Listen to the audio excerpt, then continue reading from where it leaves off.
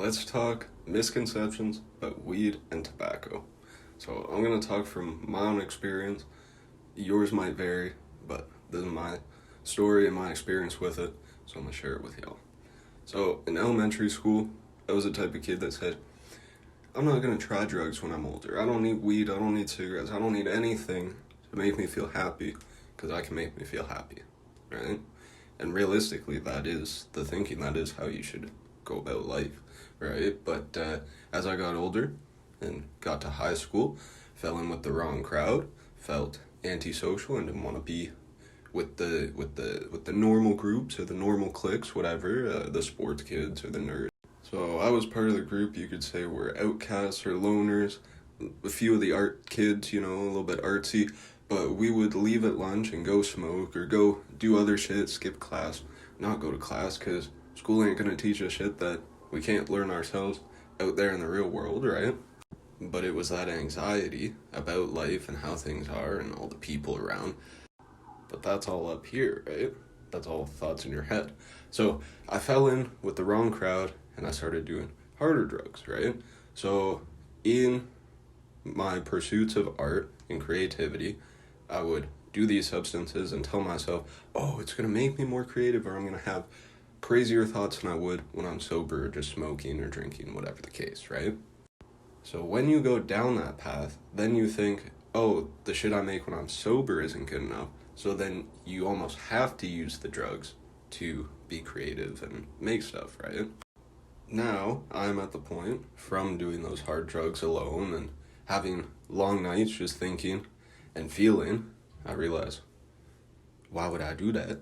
I'd rather just smoke weed and tobacco to calm me down.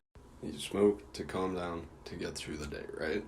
That's not to say that weed and tobacco aren't bad for you. Obviously, they're horrible for my lungs. I can feel it. If I run up a flight of stairs or two, I'm winded. If I jog for a little bit, I'm winded. It sucks, right? But I take that over the shit that's in my head still, right? It's an ongoing battle or process of realizing that the thoughts in your head are just the thoughts in your head.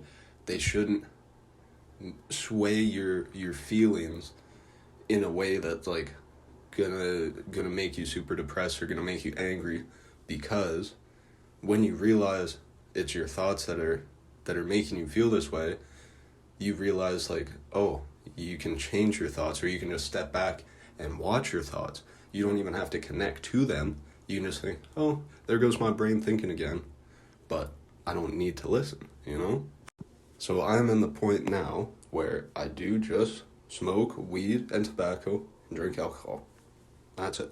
Once in a while, the caffeine and the sugar, sure, I'll still do that, but I'm trying to reduce those, drink more tea, and just try and reduce time with technology and all that, trying to read more, just get in touch with myself and the thoughts and the feelings and really connect with myself and the energy of the universe, Because at the end of the day, we are all just matter and vibrations and energy.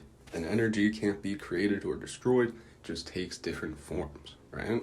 So all the energy in the universe, it's in the universe right now.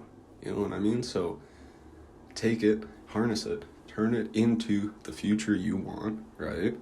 And embrace that energy instead of just instead of muddling in those shitty thoughts. Try and take a step back, take a breath. You can feel sad and depressed and mad, whatever, but feel the emotions. Don't let it be from the thoughts in your head making you feel that way, right? You can feel sad, cry, get it out, and then try to return back to that normal, that bliss. That's what meditation is supposed to do, right? It's supposed to help you calm down, get to this point, this normal point, right, where you should be able to grow and expand from there. But if you're blocked by all the negative shit that's taking up space in your head and you're not taking a step back, how are you ever going to get to bliss or to that base, right? So just some thoughts in my head. I feel like people think that smoking is to be lazy or to distract or whatever.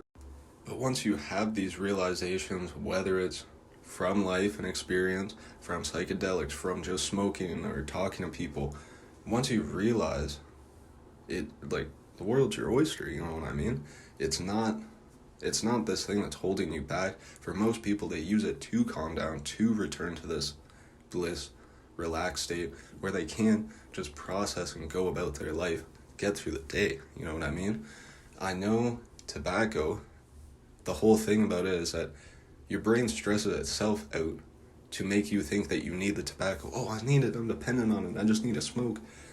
No, it's just you thinking you do because your brain's getting stressed or anxious, right? So it's a placebo and kind of a band-aid to the problem, but the first step to fixing the problem is admitting that there is a problem, right? And then you can start planning out the solution, you know?